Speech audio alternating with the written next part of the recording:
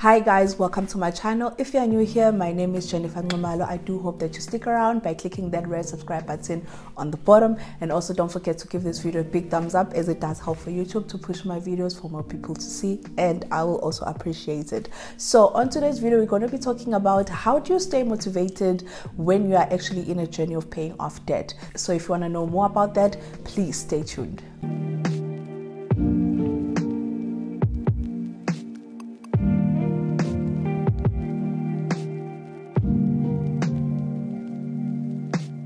Okay, as I said, fam, today we're going to be looking at how do you stay motivated when you're actually in your journey of paying off debt. Now, I've been on this journey for a while now, and I can tell you that it does get a little bit hard along the way.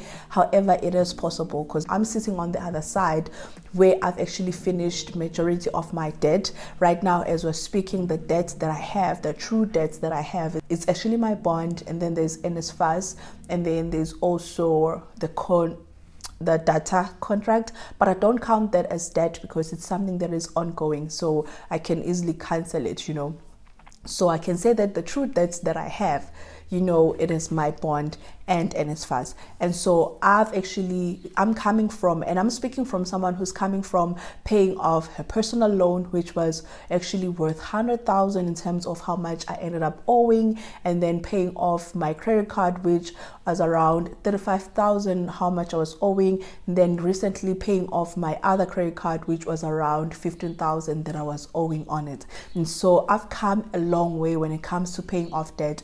And as I said, it can get challenging, it can get hard if you are actually not even sure about what you are doing and why you are doing it. And even when you are sure of why you are doing it, it still does get hard. But then I'm here to actually tell you some of the things that can help you in your journey, because I found that they help me as well. And on one of my videos, I did talk about this, that I wish that there were support structures or support groups, not even like support groups because that sounds weird, but that we normally have groups where when we are saving, we can save, we have that goal of actually saving together. It's so much easier for us to actually motivate ourselves and actually come together and say we want to save, because we know what is the end goal, and the end goal, it looks very sweet and it does taste sweet when you get to it. However, when it comes to debt, there isn't such things, because the goal doesn't taste sweet. Even when you get to it, it is not sweet. It is very bitter. I can tell you that for a fact. I've paid off these debts, and at the end, it doesn't taste sweet. It's not like, wow, what a great feeling. Because you're not getting money out. You're not getting the instant benefit, the benefits you start seeing them over time when you start noticing that your budget is now more flexible, when you start seeing that you get to keep more of your money. There are actually less financial institution digging in your pay, in your salary, to actually take whatever that you owe them. And so that over time you get to feel the benefits, but instantly when you actually get to the target, doesn't taste sweet. And so I wish that there were such groups. And I know that in this channel, eventually I would like to create such groups. It's just that now I just don't have the time to be able to administer any type of groups. I feel like I wouldn't be able to give it my best attention, but I wish that there were such things. Anyway, let us get into the video. I would say that the first thing when you're actually in a journey of paying off your credit card, or not credit card, any debts that you have, if you're in a debt-free journey, I think the most important thing is to know your why. Now, knowing your why is the thing that is going to actually motivate you and kind of remind you, why are you doing this? You may know that, okay, my goal is to pay off this debt, but why? Why is it so important for you to actually pay off this debt? Why? That is very important. And your why must go beyond that. Oh no, I just want to be out of debt. It must be a strong why, such that when temptations comes and when challenges come along the way, you remind yourself why you started in the first place, So as I said, in one of my videos, the previous video that I shot and posted on Wednesday, I said that it would have been easier it's possible that you go and you tap into your savings in order to pay off the debt, but then as you get that money, you decide there are far better important things to do. or you put the money in there and then you still go back and use it in your credit card. And that is when you don't have a strong why. Because if you had a strong why, when you actually tap in such things, you make sure that that money actually does exactly what you intended it to do. And so I would say, first thing, know your why. For me, for the longest time, my why was freedom, because I had seen how much money I was paying towards debt, and I think also paying attention to how much interest rate you are paying on your debt. Secondly, you need to know how much you owe. I know sometimes you don't want to see the figure, but know it. If it's 60,000, swallow that 60,000. Swallow it. And because you need to know how much you're owing in order for you to start your debt-free journey. You can't say that you want to pay off debts that you don't know how much you owe. You need to actually know how much you owe. That means that you need to actually go into your bank account and actually check how much do you owe in the debt. If it's a credit card, how much do you owe? It's a personal loan, how much do you owe? You need to know that, because it will then allow you to sit down and make your calculations in terms of how you can attack that debt. Thirdly, remind yourself why. Constantly remind yourself why. That's the first point, why. But then you need to remind yourself, because there's going to be a time whereby it's going to be hard. There's going to be a time whereby an opportunity or something more fun or something more fancy will come up, and you're going to want to do it. Trust and believe you're going to want to do it, but you need to know your why, because your why will be the thing that reminds you that, okay, I can deal with putting off that holiday for now in order for me to deal with this debt. I can deal with me putting off these things that I want to do for myself in order for me to deal with that. However, as you're doing that, you don't want to forego a lot of those things, because that's what I did. Like, I forego a lot of the things that I wanted, because I really wanted to deal with debt.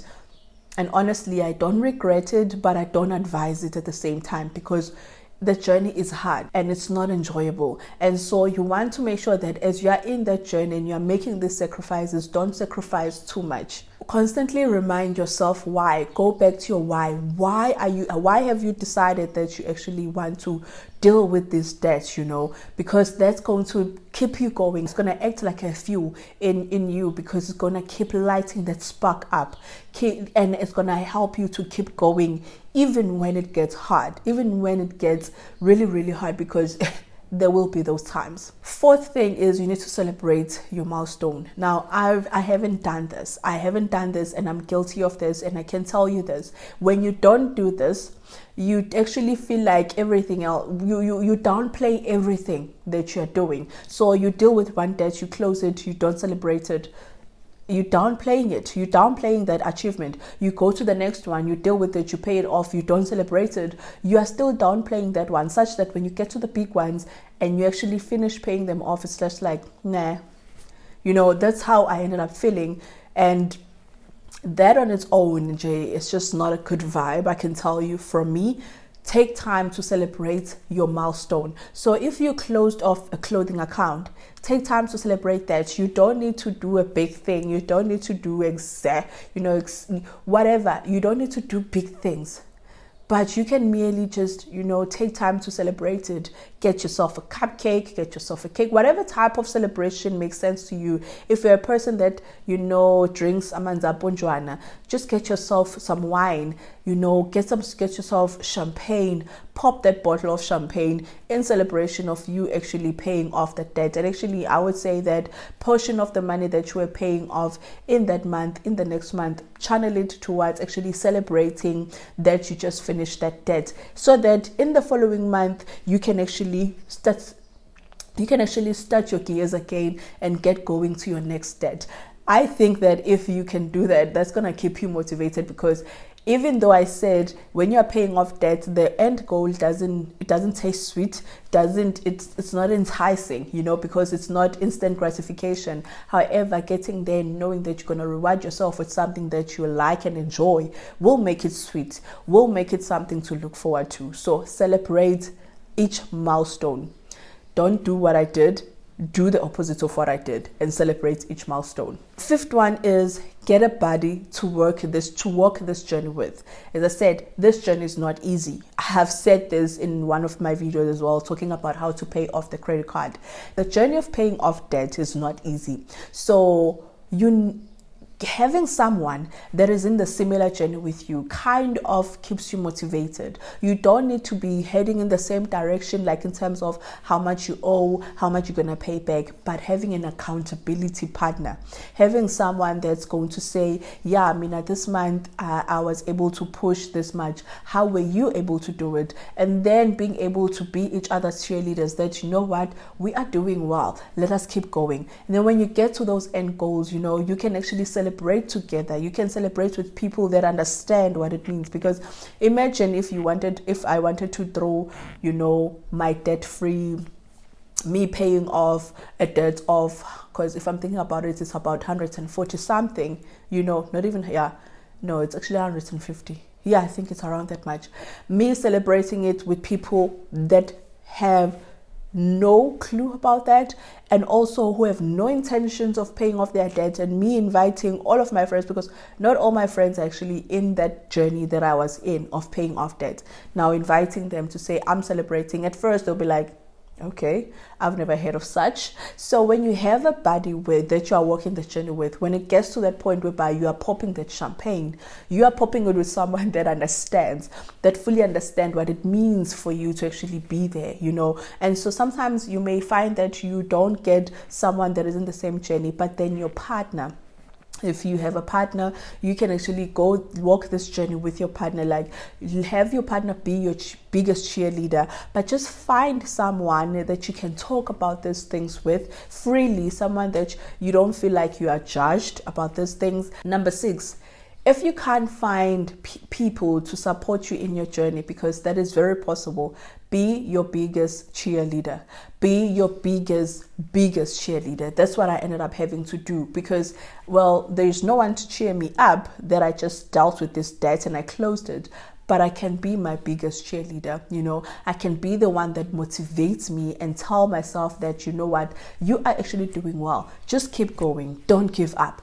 I became that. So you can actually do the same thing for you. And I can say that doing that actually is going to be more rewarding, because sometimes you don't want to rely too much on people. But even though it would be nicer to walk a journey with someone else, but then being your own cheerleader is more important. It's actually the first point before getting someone, because you want to be the one that motivates you first before other people can, because you don't want other people to be some sort of an enforcement.